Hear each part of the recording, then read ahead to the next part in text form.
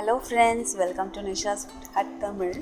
இன்னைக்கு நம்ம இடியாப்பம் ரொம்ப ஈஸியான மெத்தட்ல எப்படி செய்யறதுங்கறத பாப்போம். அதுக்கு நான் ஒரு panல ஸ்டவ் ஏத்தாம 1 கப் அரிசி மாவு சேர்க்கிறேன். அது கூட அந்த அரிசி மாவுக்கு தேவையான அளவு உப்பு சேர்த்துக்கிறேன். 1 கப் அரிசி மாவுக்கு 1.25 கப் அளவு தண்ணி சேர்த்துக்கோங்க. இப்போ ஒரு விஸ்கரோ இல்லை கரண்டி வச்சு ஃபஸ்ட்டு நம்ம நல்லா எல்லா மாவையும் தண்ணியும் நல்லா கெட்டி இல்லாமல் கலந்து விட்டுக்கலாம். அடுப்பு ஏற்றாமல் இந்த வேலையை செஞ்சிடுங்க. அதுக்கப்புறம் நம்ம ஃப்ளேம் ஸ்விட்ச் ஆன் பண்ணிவிட்டு நம்ம மாவை குக் பண்ணிடலாம். இந்த மாதிரி ஸ்மூத்தான பேட்டர் கிடச்சக்கப்புறம் நம்ம அடுப்பு ஆன் பண்ணிவிட்டு குக் பண்ண ஆரம்பிக்கலாம். இப்போ நம்ம ஆரம்பித்து கொஞ்சம் நேரத்துலேயே 2 நிமிஷத்துலேயே பார்த்திங்கன்னா மாவு கெட்டியாக ஆரம்பிக்கும். அதோடு 1 ஸ்பூன் அளவு ஆயில் சேர்க்குறேன். நல்லா கலந்து விட்டுக்கோங்க. மாவு நல்லா உருட்டிட்டு வர்ற மாதிரியும் அது நல்லா கொஞ்சம் குக்காகி வர்ற பதத்துக்கு கலந்துக்கோங்க.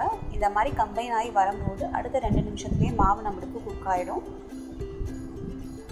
இப்போது பார்த்திங்கன்னா மாவு நல்லா குக் ஆகிருக்கு. இதை இப்போ தனியாக ஒரு பவுலில் மாற்றிக்கலாம். கொஞ்சம் சூடு ஆறுறதுக்குள்ளார நம்ம இடியாப்பம் செஞ்சு முடிச்சிடலாம். இடியாப்பம் அச்சு மேக்கர் எடுத்திருக்கேன் நான். பார்த்திங்கன்னா இதை விட சின்ன ஓட்டையில் இருக்கிற அச்சும் எடுத்துக்கலாம், இல்லைன்னா இந்தளவு அச்சு எடுத்துக்கலாம். ஆனால் இதில் புரிஞ்சால் நூடுல்ஸ் மாதிரி இருக்கும். நான் சின்ன அச்சு எடுத்திருக்கேன். அது உள்ளே எண்ணெய் சேர்த்துக்கிறேன். எண்ணெய் சேர்த்துட்டு அச்சுக்கு வெளியவும் எண்ணெய் சேர்த்துக்கிறேன். அப்போ மாவு நம்ம பிழியும் போது ரொம்ப ஈஸியாக இருக்கும்.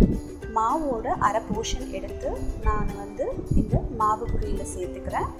இப்போ நம்ம மாவு அச்சோட மேக்கரை க்ளோஸ் பண்ணி நல்லா டைட் பண்ணிக்கலாம். இப்போ நம்ம இடியாப்பம் செய்ய ரெடி ஆகிடலாம். இப்போ அதே பேனில் பார்த்திங்கன்னா கொஞ்சோண்டு எண்ணெய் ஊற்றிருக்கேன். இந்த ஒரு தடவை தான் எண்ணெய் ஊற்ற போகிறோம். அதை நல்லா க்ரீஸ் பண்ணிக்கோங்க. இந்த மாதிரி க்ரீஸ் பண்ணிட்ட பிறகு நம்ம மாவு சேர்த்து வச்சுருக்க அச்சை நல்லா இடியாப்பம் சுற்றி இந்த மாதிரி ஊற்றி ஒரு நிமிஷத்துக்கு லோ ஃப்ளேமில் குக் பண்ண போகிறோங்க. பின்னாடி திருப்பி ஓப்பன் பண்ணிவிட்டு அதை திருப்பி போட்டு ஒரு 30 செகண்ட் அளவுக்கு நம்ம குக் பண்ண போகிறோம். அவ்வளோதான். உங்களுக்கு சரியாக கரண்டியில் எடுக்க வரலன்னா பேனை ஒரு ஃப்ளிப் பண்ணிங்கன்னா கூட ஈஸியாக பிரட்டி போட்டுக்கலாம். இப்போ இதை மூடி வச்சு நம்ம ஒரு 30 செகண்ட் அளவுக்கு நம்ம குக் பண்ணி எடுத்துக்கலாம். அவ்வளோதாங்க. ரொம்ப ஈஸியான இடியாப்பம் ரெடி. இது நல்லா வெந்து வந்திருக்கும். ஏன்னா நல்லா நம்ம தண்ணியில் நம்ம மாவை கலந்துட்டு அதுக்கப்புறம் நம்ம குக் பண்ணிவிட்டு அப்புறம் நம்ம வேக வச்சு எடுத்துருக்கோம். அதனால் இந்த இடியாப்பம் ரெசிபியை ஈஸியாக ட்ரை பண்ணி பாருங்கள்.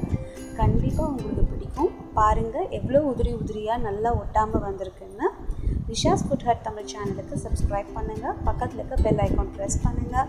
என்னோட ஃபியூச்சர் வீடியோ நோட்டிஃபிகேஷன்ஸ் உங்களுக்கு கிடைக்கும். Stay connected, keep watching. Nandri.